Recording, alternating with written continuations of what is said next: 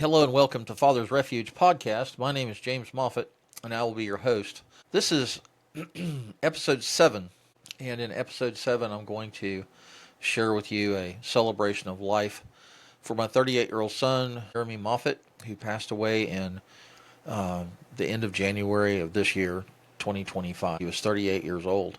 So here's my story. In December of 2024, my wife Katie received word that one of Jeremy's friends told her that Jeremy was in the hospital in Michigan. The friend did not want to reach out to me directly because they had a preconceived notion that I am a monster.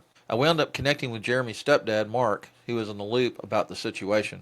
I made a phone call and was told that Jeremy was in the ICU at Sparrow Hospital in Lansing, Michigan. I was told that Jeremy was at home and not feeling well. He was having respiratory distress and was coughing up phlegm. Jeremy's roommates called 911 and a local ambulance showed up and checked Jeremy's vitals and told him he just had a common cold. Fast forward several hours later, and Jeremy was feeling worse, so they called 911 again. This time, the EMS crew loaded Jeremy up and took him to a local hospital. Jeremy was diagnosed with RSV of the lungs. Jeremy was admitted to the ICU and a breathing tube was implemented to help him breathe. Jeremy and I were not close. I moved from Houston, Texas to Atlanta, Georgia to work at Delta Airlines when Jeremy was quite young. In hindsight, my doing this put a gulf between Jeremy and I, and we drifted apart. Jeremy had announced to his mother at some point that he was gay. According to one of Jeremy's closest friends, mother, he identified as non-binary. I spoke to Jeremy on the phone at one point, and we discussed his gay lifestyle. I admitted to him that I did not understand it, but that I loved him.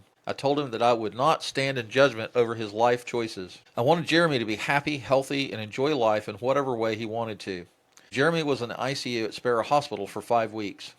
That was the last week of December 2024 and all of January 2025. I had hoped that Jeremy would survive his stay in the ICU and would go to a short-term rehab floor at the hospital and then long-term rehab out in the community. At that point, I was going to make a trip one weekend to try and reconnect. Despite all of the medical treatments, Jeremy suffered a medical emergency in the ICU, and the doctors were not able to revive him. My hopes at reconnecting with Jeremy ended suddenly. Jeremy was 38 years old at the time of passing.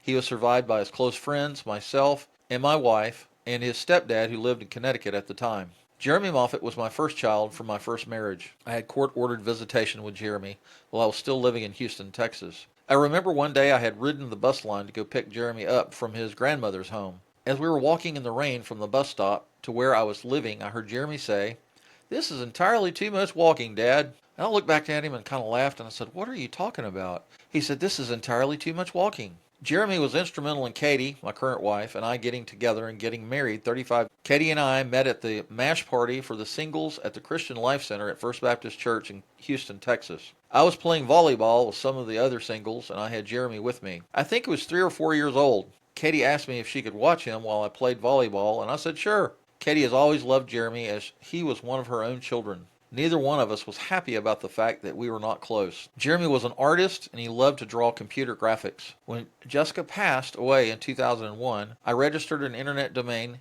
called lightourworld.com.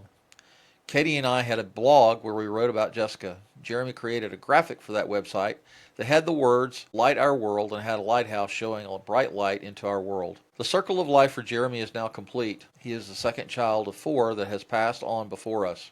He will be sorely missed. Now, what I want to say is that if you have an adult child and you are estranged from them for whatever reason, take the high road and do whatever you need in order to redeem that relationship. None of us last forever. You know, the Bible says that our lives are like a vapor. One minute we're here and the next minute we're not. Well, I'm living a living testimony to the fact that, yes, your children can pass on before you. We have lost 2 children. And no parent wants to live through that. That's not the normal order of events. You're not supposed to be burying your children.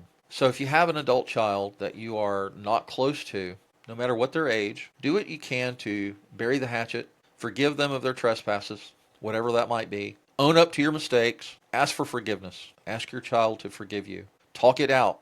Talk it through. Give them opportunities to be approachable. You be approachable. So, yeah, we don't want regrets, right? As parents, we don't want to lose our child and have a regret that we didn't go the extra mile to do what we could to make the relationship right. And that goes for the rest of your relatives as far as that goes. Life is too short. Let's just all get along and be happy, right? as much as possible. All right. God bless you. Thank you for listening and have a wonderful day. Bye bye.